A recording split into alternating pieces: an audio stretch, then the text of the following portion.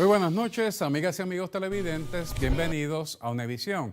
El fin de la Guerra Fría entre el año 1989 y 1991 aceleró los procesos de los reclamos nacionales por la soberanía.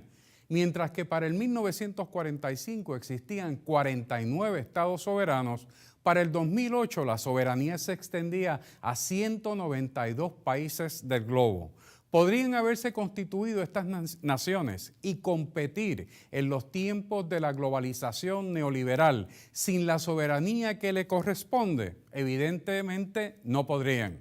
Puerto Rico evidencia en la primera década del siglo XXI una relación de territorio no incorporado a los Estados Unidos, una economía dependiente y subordinada y una sociedad en creciente balcanización.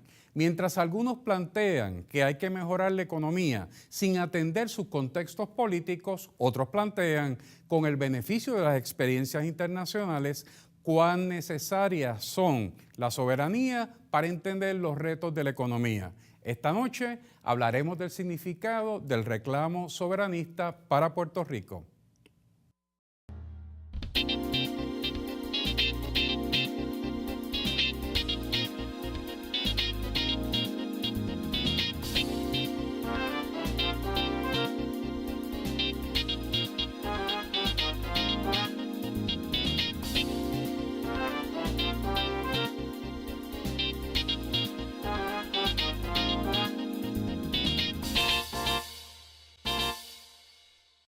Para conversar sobre estos importantes temas me acompaña el doctor Ángel Collado Schwartz. Bienvenido a Univisión. Gracias, Jaime, y buenas tardes a ti y a todos los televidentes. Es un verdadero placer tenerlos con nosotros en Univisión. Me gustaría dar inicio a nuestra conversación planteando tres acontecimientos importantes del año 2006. En primer lugar, cuando participa como orador invitado en los actos de conmemoración de Luis Muñoz Rivera en Barranquitas, cuando ofrece una importante conferencia magistral en el recinto universitario de Mayagüez y finalmente su ponencia en el Inter-American Dialogue en Washington. Me parece que hay unos planteamientos que están presentes en estas tres actividades, en estos tres discursos, y que tienen que ver mucho con sus planteamientos actuales sobre el tema de la soberanía. Pues fíjate, Jaime, yo creo que sería interesante primero ver de dónde es que yo vengo para ver qué fue lo que me llevó allí. Como tú sabes, pues yo estuve trabajando en el mundo empresarial y fundé la única multinacional puertorriqueña que ha tenido operaciones en 20 países de América Latina y 3 ciudades de Estados Unidos. Así que mi experiencia en el mundo multinacional es una real. De hecho, yo estuve también 20 años en la junta de directores de Saatchi & Saatchi International. Así que mi visión es una global y yo vi los problemas del estatus político de Puerto Rico para podernos internacionalizar. Así que tengo esa vivencia. Segundo, como tú sabes, yo me puse a estudiar en términos de historia, primero en Estados Unidos cuando estaba viviendo, después en Puerto Rico y finalmente me fui a hacer el doctorado en la Universidad Complutense en Madrid. Hice una cantidad de investigación sobre la relación y el trasfondo de Puerto Rico con los Estados Unidos. Y ahí, en ese momento, es cuando la Fundación Luis Muñoz Marín me invita a mí a ser el orador en la conmemoración del natalicio de Luis Muñoz Rivera. Te quiero decir que cuando me invitaron, mi primera reacción fue que no. Yo decliné, esa fue mi primera reacción. Luego, pues lo pensé y entonces dije, bueno, quizás esta es una oportunidad de yo decir lo que yo pienso. Y le advertí a la fundación, al presidente de la fundación, que yo iba a decir lo que yo pensaba y que quizás a ellos no les iba a gustar. Me dijeron, mira, nosotros estamos conscientes de eso y no tenemos ningún problema. Ya tú, como tú sabes, yo tenía el programa de La Voz del Centro, correcto, que llevaba ya desde el 2002 transmitiéndolo todos los domingos. Así que ya yo iba por otra dirección y ellos lo aceptaron y ahí fue donde yo decidí pues hacer mi planteamiento. Como era la Fundación Muñoz Marín, pues yo le solicité a la Fundación que yo quería escoger la persona que me fuera a presentar. Y ellos me dijeron que sí, entonces yo escogí a Willy Miranda Marín, quien siempre que yo lo veía me felicitaba por mis programas y mis columnas usualmente me las devolvía con una nota de la puño y letra y la circulaba a todo el personal del Cagua, de su alcaldía. Así que yo cogí a Willy, Willy muy gustosamente aceptó, Willy era un viejo amigo mío, y la vida nos llevó por otros caminos a él y a mí, y coincidimos en muchas cosas hasta sus últimos días antes de fallecer. Así que eso fue lo que me llevó a mí a dar esa charla.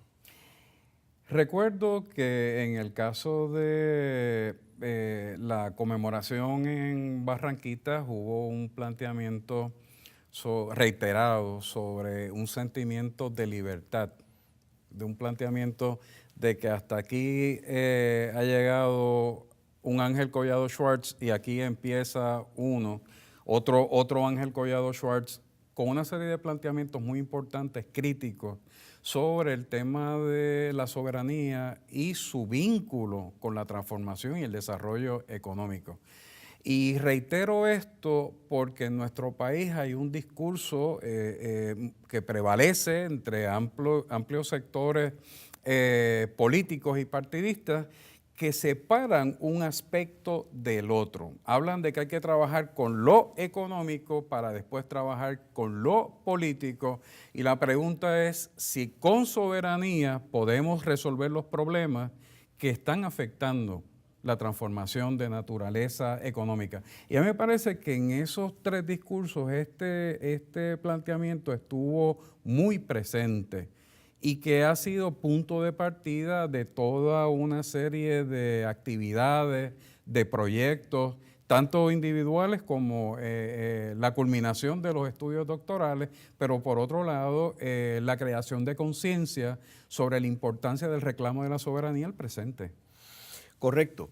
Fíjate un detalle que yo en estos discursos, y particularmente el de Barranquitas, que fue el primero, uno de los puntos más importantes que yo planteo allí es que había que redefinir o reposicionar las opciones de estatus de Puerto Rico. Porque si tú quieres ver hacia dónde tú vas, tú tienes que hacer una composición del lugar, o lo que diría en buen castellano, un reality check. Y tú tienes que llamar las cosas por su nombre. No es estadidad, ¿okay? Es anexión. Tú estás anexando un país. Así que vamos a llamarlo anexión, y para tú anexarte a un país te tienen que invitar. Y entonces ahí cuando tú estudias toda la historia de Puerto Rico, tú te das cuenta que no ha habido nunca la menor intención desde que Alfred Mahan hizo su estrategia, porque necesitaba una presencia en el Caribe, de que nunca Estados Unidos le va a dar la estadidad a Puerto Rico, y nunca ha sido esa su intención. Obviamente, hoy en día la situación es mucho peor. Primero porque Estados Unidos está en decadencia. Segundo, porque ya Puerto Rico no juega un papel estratégico militar. Tercero, porque la situación de Puerto Rico hoy es mucho peor que hace 20 años. Y cuarto, porque hay una situación política en Estados Unidos que es antihispana. Y el que tenga duda, que vaya al sur de Estados Unidos y vea una muralla que están edificando. Más aún, que vaya a Arizona y vaya allí. Pues, si no lo arrestan, pues tiene suerte. O si no, se reúna con el Tea Party y le pregunten a ellos cómo ellos se sienten sobre la estadidad para Puerto Rico. O sea, la estadidad está disponible para todos los puertorriqueños, no para Puerto Rico. Los puertorriqueños tienen que ir al Muñoz Marín, cogen un avión y tienen 50 estados y consiguió su estadidad. En términos del Estado Libre Asociado, hay que llamarlo como es. Lo puedes llamar territorio no incorporado, que pertenece a, pero no es parte de, o le puedes llamar colonia, o le puedes llamar lo que tú quieras, pero es un territorio. ¿Por qué? Porque está bajo la cláusula territorial. Muy sencillo. E independencia es un concepto que en el mundo globalizado nadie es independiente. Así que por eso es que hay que llamarle soberanía, porque de eso es que se trata, y hay dos opciones políticas, la independencia política y la libre asociación. Así que ahí es que es donde yo planteo esto, este reposicionamiento de los estatus. Desgraciadamente luego entran las elecciones del 2008, esto fue en el 2006, y entonces ahí pues se complica la situación porque el candidato a gobernador por el Partido Popular, Aníbal Acevedo Vilá, se apodera de la palabra soberanía y le da otra connotación, porque esa soberanía no es esta soberanía que estamos hablando. Esa soberanía es de una situación política del momento, con unas acusaciones federales que lo usa como una estrategia política. Pero desgraciadamente esa soberanía no es la que estamos hablando. En torno al tema de la soberanía, 2 años después, en el año 2008, se publicó Soberanías Exitosas, los 6 modelos para el desarrollo económico de Puerto Rico, y en el mismo se trabaja y se ilustra también esa relación entre soberanía y desarrollo económico. Y desde entonces el texto se ha convertido en uno de los textos más importantes para poder discutir, para poder analizar, para poder comprender cómo otros países con menor o mayor dimensión territorial, con mayor o menor población, utilizando el reclamo de su propia soberanía, organizando económicamente su sociedad, han tenido éxito. Y la manera en que ha sido presentado este texto lo hace uno que al día de hoy sigue siendo lectura obligada para los que no se han acercado. Y esto también es importante por toda una serie de mitos que vienen con la relación. En el sentido de que Puerto Rico es un país pequeño, que Puerto Rico es un país con mucha población, que no tiene recursos naturales, que está en el centro del Caribe, y cuando vamos al texto, que de manera magistral compartes con el economista Juan Lara y con Francisco Catala, sencillamente se van trabajando una serie de modelos que podemos utilizar para medir las posibilidades de Puerto Rico. El primero de ellos es uno que se ha mencionado reiteradamente, que es el caso de Singapur. Para Singapur en un momento dado, en el pasado, allá para los 50, los 60, Puerto Rico era el modelo de Singapur, y para nosotros al presente Singapur es un gran modelo.